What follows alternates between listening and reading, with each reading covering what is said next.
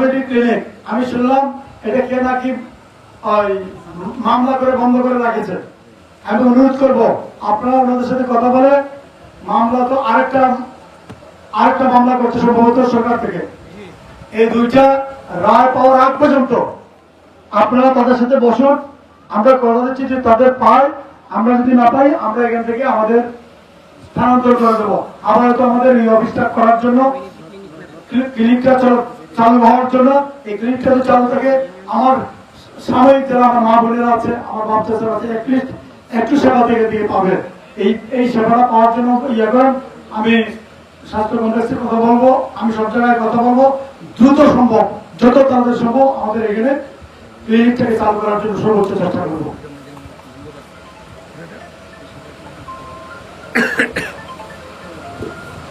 আর এই যে আমাদের হাওড় বাওয়ারের অঞ্চলে আমরা বসবাস করি, আমাদের হাওড়ের সাবমার্সিবল রোড লাগবে।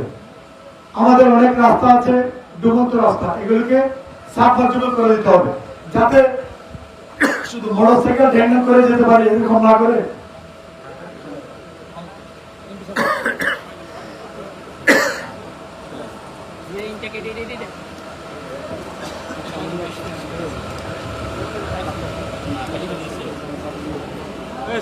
ভিডিও করো না, আমরা সাবমার্সিবল রোডের কথা আমি সংসদে বলেছি। আমাদের এই অঞ্চলে রাস্তাঘাট করতে হবে, প্রত্যেকটা রাস্তাকে পাকাকরণ করতে হবে, চেষ্টা করবো। আমি চাইলেই, আমি বললাম তো 55 বছরে যা হয় না এটাকে চাইলে 5 বছরে হবে না, কিন্তু আমার জায়গাতে সর্বোচ্চ চেষ্টা আমাকে করতে হবে। আমি আমার জায়গাতে সর্বোচ্চ চেষ্টা করব। আপনারা আমার প্রতি বিশ্বাস রাখেন, আমি আপনাদেরকে নিয়ে কাজ করতে চাই। কারণ আমি নির্বাচনে আগেও বলছি, এখনো বলি, আমার অভিভাবক হচ্ছে আমার জনগণ। আমি সবসময় জনগণকে সামনে রেখে জনগণকে নিয়ে আমি চলতে চাই। আমি হয়তোবা অনেকের ফোন ধরতে অনেক সময়, এই জন্য আমি বলতে যাচ্ছি, ফোন ধরতে পারছি না। অনেক সময় আমি মিটিং এ বসি, ফোন ধরতে পারি না, অনেকেই ফোন দেয়, অভিযোগ করে যে এখন এমপি সাহেব তো ফোন ধরে না। আমি যাতে ফোন না ধরি এই ব্যবস্থাটা আপনারা আমাকে করে দিয়েছেন।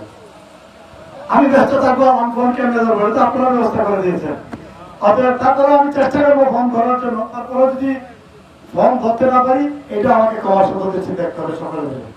তো আমি আমার প্রিয় অভিভাবকদেরকে বলবো, আপনারা বিশ্বাস রাখেন, আমি এমপি ভাইও, আমি আপনাদের কামরুল, আমি আপনাদের সন্তান, আপনাদের সহযোগিতা, আপনাদেরকে নিয়েই আমার ভবিষ্যৎ, আগামী দিনগুলি আমি আপনাদেরকে নিয়ে চলতে চাই, আপনাদেরকে নিয়েই আমাদের এই এলাকা উন্নয়ন করতে চাই, আপনাদেরকে নিয়েই আমার সারা জীবনের পথ চলা যেন হয়।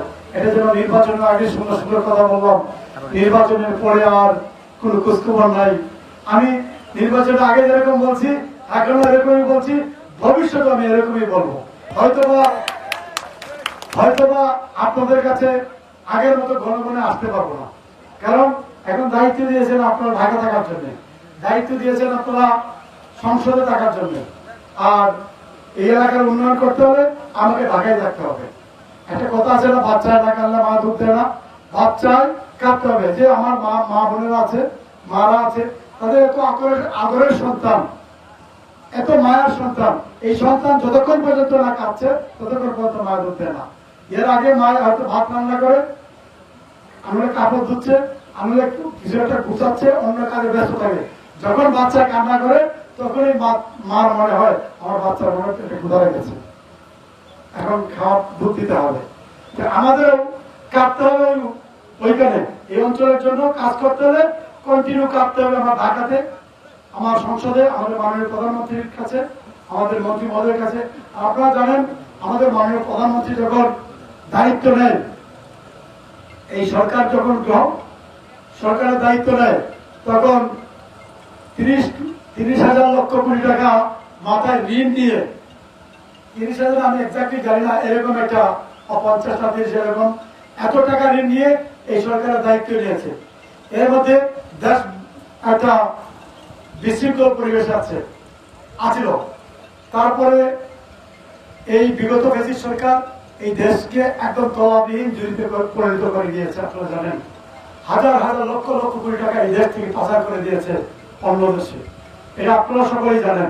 সেই অবস্থায় আমাদের গভর্নমেন্ট, আর এই গভর্নমেন্টের মাত্র 3 মাস 12 দিন, আমাদের সময় দেন, আমরা ইনশাল্লাহ এই এলাকার মানুষের জন্য সর্বোচ্চ আমি চেষ্টা করবো। যেমন যদি আপনারা মনে করেন আপনাদের ইউনিয়নের সন্তান এমপি হলে যেরকম কাজ করবে, আমি আমার সাধ্য অনুযায়ী এরকম চেষ্টা করবো। আমি প্রত্যেকটা ইউনিয়নকে আমি আমার নিজের ইউনিয়ন মনে করে কাজ করবো। তো গর্বের মধ্যে আমি আর লম্ব বক্তৃতা দিব না। আমার সামনে যে মুরব্বীরা, আমরা তো ফ্যানের মধ্যে আছি, ভালোই লাগছে আমাদের, কিন্তু আমাদের এই যে বাচ্চারা আছে, মা বোনেরা আছে, ছোট ছোট বাচ্চারা আছে, ওদের অনেক কষ্ট হচ্ছে। সেই কারণে আর লম্ব বক্তৃতা করবো না। সবাইকে ধন্যবাদ, সবার প্রতি কৃতজ্ঞতা রইল। আর এটা তো বক্তৃতা সবকিছু বলা যাবে না। আমার এই এলাকার উন্নয়ন আমাদের সাধ্য অনুযায়ী চেষ্টা করবো এই অঞ্চলের উন্নয়ন করার জন্য, শিক্ষা ব্যবস্থা আরো ভালো করার জন্য। সবাইকে ধন্যবাদ জানিয়ে আমার বক্তব্য। খুদা হাফেজ। বাংলাদেশ জিন্দাবাদ।